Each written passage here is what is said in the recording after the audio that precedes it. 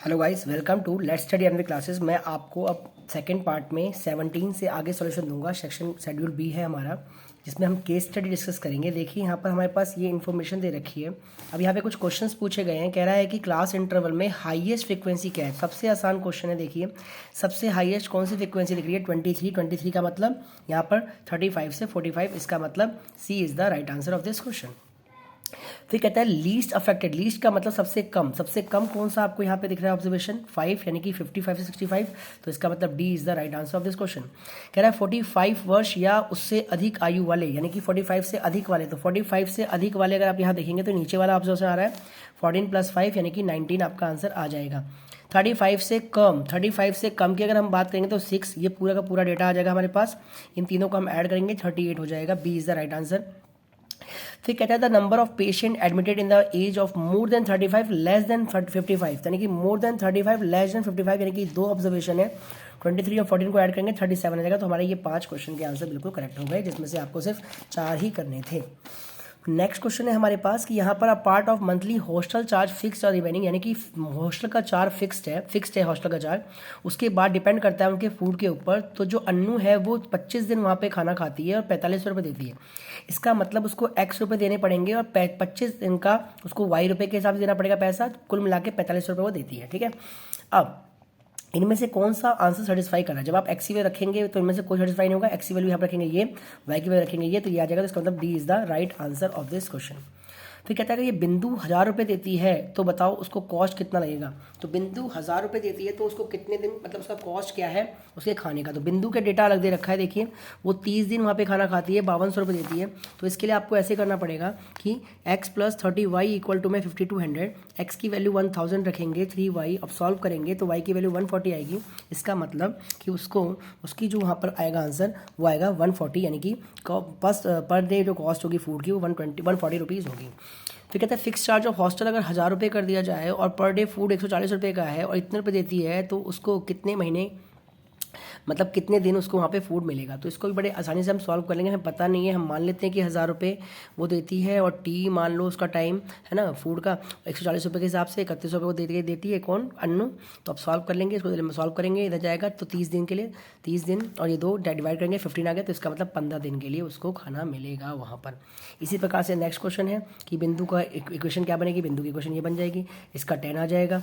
अब इसी तरह से आगे हम सॉल्व करेंगे। इसमें हमें बताना है कि क्या इसका आंसर होगा। 19 क्वेश्चन है, तो 19 क्वेश्चन में यहाँ पे हमारे पास 2 ट्रायंगल है, पी क्यू आर है। देखिए पी क्यू आर है और बोल रखा है पी क्यू बराबर है पी आर के, है ना। एस और टी 2 पॉइंट है ना। और यहाँ पे क्या रखा है क्यू आर सच दैट, तो क्यू टी जो है क्यू टी और आर एस दोनों आपस में बराबर हैं। क्यू टी और आर एस दोनों आपस में बराबर हैं। तो अब यहाँ पे कुछ क्वेश्चन पूछा गया है कि पी क्यू एस और पी आर टी किस रूल से प्रभावित होंगे। तो पी क्यू एस और पी आर टी किस से? तो एक तो ये बराबर हो गया इसके, दूसरा ऑब्वियसली बात है ये बराबर हो जाएगा। तो इसका मतलब आप यहाँ पे बोल सकते हैं कि साइड एंगल साइड से ये बात हो जाएगी।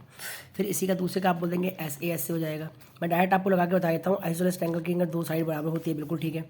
पी क्यू की वैल्यू इतनी है, क्यू आर की वैल्यू इतनी है, तो पी क्यू आर कितना होगा? 19 हो जाएगा। आप निकाल लेंगे, यहाँ पर रख के देख लेंगे। परिमापी तो है, परिमापी तो पूछा है पी क्यू आर का, क्योंकि आपको पी क्यू आर का परिमापी तो ये वाला क्वेश्चन है ना 19 का। हाँ, कह रहा है पी क्यू की वैल्यू 6 है और क्यू आर की वैल्यू 7 है, तो पी क्यू आर की वैल्यू क्या होगी? तो उसके पैरामीटर कितना हो जाएगा? 19 हो जाएगा। इस हिसाब से आप देख लेंगे। फिर कह रहा है कि यहाँ पर अगर इसकी वैल्यू 80 है तो पी क्यू आर की वैल्यू कितनी होगी? तो इसकी वैल्यू 50 हो जाएगी। यहाँ पर आप रख के चेक करेंगे। देखिए यहाँ पर क्या कह रहा है, कह रहा है क्यू पी आर कहाँ पर है?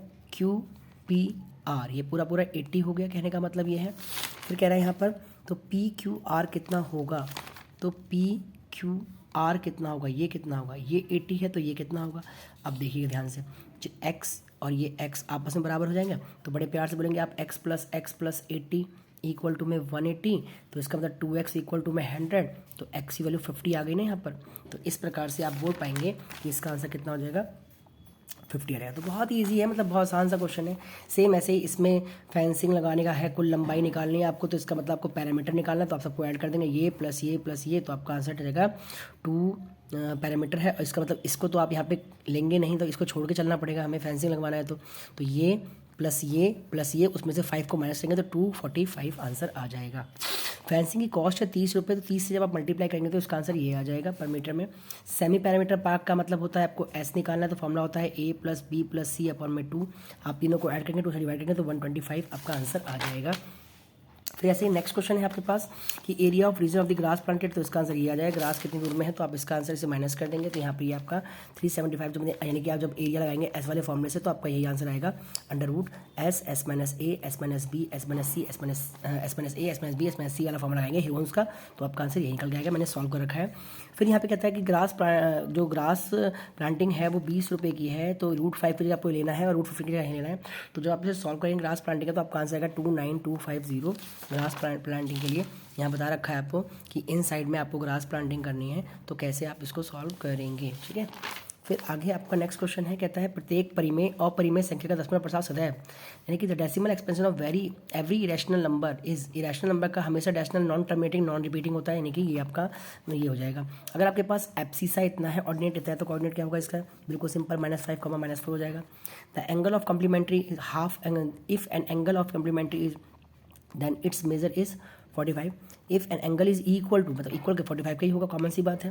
अगर एंगल ए और सी आपस में बराबर है, कॉमन सी बात है, ये ए है, ये बी है, ये सी है। अगर एंगल ए और सी आपस में बराबर है तो इसका मतलब ए बी और बी सी आपस में क्या होंगे, बराबर होंगे, तो बी सी आ जाएगा यहाँ पर। फिर √3 का है, जब सॉल्व करेंगे आप इसको √3/4 होता है इसका समबाहु क्षेत्रफल, यानी कि एरिया इक्विलेटरल ट्रायंगल का एरिया।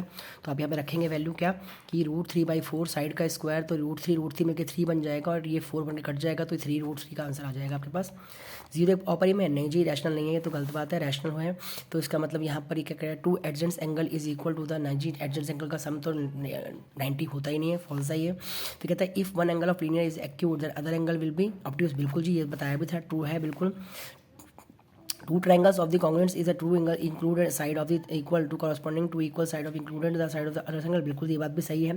समबाहु त्रिभुज का शीर्ष लंब डालेंगे तो बराबर बांटेगा, बिल्कुल जी बिल्कुल। समबाहु त्रिभुज पर अगर आप लंब डालेंगे तो वो इक्वल भागों में बांटेगा, बिल्कुल ये बात सही है, ट्रू है।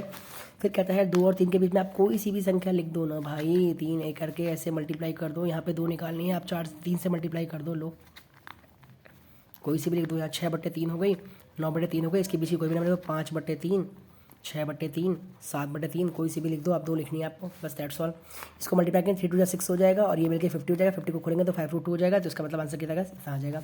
Find the value of x, कितना आसान है देख सकते हैं आप इसको, इन सबको जोड़ेंगे तो आपके x की वैल्यू आपको निकालनी है, तो x की वैल्यू कैसे आएगी। अब देखिए यहाँ पर अगर ये 2x है तो ये भी कितना होगा, 2x होगा। अब इन सबको आप जोड़ दो, 3x + 2x + 5x equal to में 180, तो 5 6 7 8 9 10, 10x इक्वल टू में 180, तो इसका मतलब x की वैल्यू कितनी आ गई, 18 डिग्री, तो इसका आंसर 18 डिग्री आ जाएगा। x का मान पूछा है उसने, आप इसको बहुत ही आसानी से बता पाएंगे। अगला क्वेश्चन देखिए क्या कहता है। अगला क्वेश्चन कहता है कि आपको इसको y के टर्म, मतलब express x in terms of y, x की वैल्यू y के टर्म में निकालना, तो बस यही आपका आंसर हो जाएगा। आपको कुछ नहीं करना है, x को ही छोड़ना है, y को ले आना है। इसमें आपको बताना है कि ABC में B क्या है, तो देखिए भैया B तो सवाल में कहीं दिख ही नहीं रहा, क्योंकि Y तो है ही नहीं, इसका मतलब B का मान क्या हो गया, 0 हो गया, तो 0 इसका आंसर हो जाएगा। नेक्स्ट क्वेश्चन देखिएगा। नेक्स्ट क्वेश्चन में कहा गया कि इसे सॉल्व करिए और इसका आंसर निकालिए। देखिए नेगेटिव जो पावर ऊपर ऐसा होता है माइनस में, तो हम उसे अपॉन में ले आते हैं तो पॉजिटिव हो जाता है। सेम ऐसे इसको अपॉन में लिया, पॉजिटिव हो गया, यहाँ भी इसको लिया पॉजिटिव हो गया। अब देखिए x से x कट गया, y से y कट गया, जैसे कट गया, रूट के अंदर बना गया, और रूट के अंदर 1 का मतलब 1 ही होता है, तो ये इसका आंसर बना जाएगा। सीधी रेखा है बिल्कुल, आपको सिंपल दे रखा है, x का मान 25 दिया हुआ है, मल्टीप्लाई करेंगे 75 हो जाएगा। सॉल्व कर लीजिए, 2y + 5 + 75 = 180, क्योंकि लीनियर पेयर है। फिर यहाँ से आपके पास वैल्यू आ जाएगी, तो 50 आंसर आपका यहाँ पर आ जाएगा। सेम ऐसे ही ये + ये इक्वल टू 180 करेंगे, तो फिर यहाँ पे देखिए x 3x हो गया, ये 30 हो गया, इक्वल टू 180 करेंगे, यहाँ भी 50 आएगा। नेक्स्ट क्वेश्चन देखिएगा। आपको कह रहा है कि AD बराबर है BC के, ठीक है, AD बराबर है BC के। फिर कह रहा है एंगल DAB ये वाला एंगल बराबर है CBA के, ठीक है, ये भी बराबर है। Write the name of third criteria, common सी बात, थर्ड क्राइटेरिया यही वाला हो जाएगा, तो कॉमन हो जाएगा। AB बराबर है AB के, और नाम क्या बोल दोगे उसका, कॉमन, यानी कि उभयनिष्ठ। आगे बढ़ेंगे। सेम ऐसे इसके अंदर भी पूछ रहा है कि आपको बताना है इसके अंदर कि सिंबॉलिक क्या क्या मिल रहे हैं इसके अंदर। तो आपके 2 ट्रायंगल दिख रहे हैं आपको, E और F दे रखा है यहाँ पर, AB और AC दे रखा है आपको, इक्वल साइड्स हैं, यानी ये बराबर है इसके, ये वाला पोर्शन कॉमन हो गया है ना, ये इसके बराबर हो गया, ये वाला पोर्शन कॉमन हो गया। और क्या बोल रखा है, कॉन्ग्रुएंट द ABC के अंदर आपको AEC सी बताना है, तो AEC है ना, इज़ अ सिम्बॉलिक फॉर्म।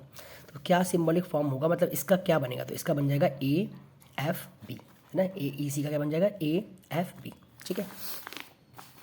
तो सिम्बॉलिक फॉर्म बता देना कौन सा नियम लग रहा है, वो बहुत इजी किताब का क्वेश्चन था ये तो। अब इसे देखिएगा, इसे कैसे सॉल्व करेंगे मैं कॉल करके दिखाता हूँ आपको, मैंने किया भी है इसको सॉल्व, देखिएगा ध्यान से क्वेश्चन कैसे सॉल्व होगा। आपको यहाँ पर वैल्यू दे रखी है, देखिएगा ध्यान से, आपको x का मान दे रखा है, आपको x का मान दे रखा है ये, और कह रहा है इसकी वैल्यू निकालो। तो आपने क्या करना है, पहले 1/x की वैल्यू निकाल लेनी है, इस तरह से रेशनलाइज करेंगे तो हमारे पास ये आंसर आ गया। अब ये आंसर हमारे पास देखिएगा नेगेटिव में आ रहा है, तो हम इसको जब ऊपर कर देंगे तो पॉजिटिव हो जाएगा, क्योंकि ये माइनस माइनस मिलकर प्लस हो जाएगा। इसको हमने चेंज कर दिया, यहाँ जब हम वैल्यू को रखेंगे तो √15 से √15 कट जाएगा, 4 और 4 8 हो जाएगा। तो फाइनली इसका आंसर कितना आ गया मेरे दोस्त, 8 आ जाएगा। फिर देखिएगा यहाँ पे ये किसके क्वाड्रेंट में, ये थर्ड क्वाड्रेंट में है, और ये किस में है, ये एक्स एक्सिस पर लाई करता है, तो बिल्कुल सही है। यहाँ पर आपको बताना है PQM की वैल्यू। देखिए अब पहले यहाँ से इसमें आप लगाएंगे फॉर्मूला, क्या कहते हैं ट्रायंगल वाला, तो आप बोलेंगे ये वाली वैल्यू मान लीजिए x है, तो x + 95 + 40 डिग्री इक्वल टू में 180। तो यहाँ से x की वैल्यू आप निकाल लेंगे कितनी, 180 माइनस 935, तो x की वैल्यू कितनी आ गई यहाँ पे 5 और 45, तो ये 45 आ गया। अब जब ये 45 आ गया तो ये भी 45 आ गया। अब यहाँ से आप ये निकालेंगे तो 55 आके आ जाएगा, क्योंकि यस है, यह वर्टिकली अपोजिट हो गया, तो 55 इसका आंसर। अगर आपका सही है तो बताइएगा। फिर ऐसे ही आप इसे सॉल्व करेंगे, ABC दिया हुआ है, छोटी भुजा की शीर्ष लंब पे आप ज्ञात कीजिए। तो छोटी भुजा के शीर्ष लंब मतलब आप एक ट्रायंगल बना लेंगे इस तरह से, और छोटी भुजा से आप एक लंब डाल देंगे। पहले आप इसका एरिया निकालेंगे, तो एरिया इतना आ जाएगा। फिर जब लंब डाल देंगे परपेंडिकुलर, तो आप ऐसे बोलते, जैसे मान लीजिए मैंने ट्रायंगल बनाया, देखिए मैंने ट्रायंगल बनाया इस तरह से, है ना। इसकी मान लीजिए ये है साइड 11, ये है 60 और ये है 61। तो आपने एस वाले फॉर्मूले से इसका आंसर निकाला 330 आएगा, ठीक है। क्षेत्रफल तो आपने निकाल लिया, एरिया तो निकाल लिया आपने। अब आपको इसका अल्टीट्यूड निकालना है, तो छोटी वाली साइड से आपने ऐसे परपेंडिकुलर डाल दिया, तो इसका एरिया तो पता ही ना आपके पास। अब बोलोगे 1/2 बेस इंटू में हाइट, 1/2 बेस इंटू में हाइट इक्वल टू में एरिया पता ही है आपको। जब आप बोलोगे 1/2 बेस इंटू में हाइट का पता ही नहीं है, लेकिन आपको एरिया तो पता है ना, तो आप यहाँ से हाइट बड़े प्यार से निकाल लेंगे, कितना 60, तो 60 आपका आंसर आ जाएगा। 34 में भी ऐसे ही सेम, आप की साइड ये निकल के आएगी, आप दिमाग लगा लीजिएगा। इसके 4 सॉल्यूशन है, इसका आंसर आपका ये आएगा 14/11। देख लीजिएगा आप कैसे करते हैं, बताइए आपको। x बराबर आप बोलेंगे 1.2727 रिपीट हो जाएगा। आप 10 से मल्टीप्लाई करेंगे, आप 100 से मल्टीप्लाई करेंगे तो 100x हो जाएगा इक्वल टू में 127, फिर 27 पॉइंट में चलता रहेगा। इक्वेशन सेकंड हो गई, इक्वेशन फर्स्ट हो गई, घटाएंगे आप इसमें, तो 100x में से x चला जाएगा, इधर 127 में से 1 चला जाएगा, तो 99x इक्वल टू में 126 आ जाएगा। तो x की वैल्यू 126/99 काट देंगे, 9 × 9 9 9 9 9 9 4 36, तो x की वैल्यू 14/11 आ जाएगा। सेम ऐसे ही आप इसको सॉल्व कर लेंगे, है ना। तो अभी मैं आपको 33 तक ही रखता हूँ, 34 तक रखता हूँ। 34 से आगे कंटिन्यू करते हैं नेक्स्ट पार्ट में, है ना। फिर छोटा सा क्वेश्चन है, फिर नेक्स्ट पार्ट में आते हैं। वीडियो बंद हो जाएगी। चलिए, जय हिंद, जय भारत।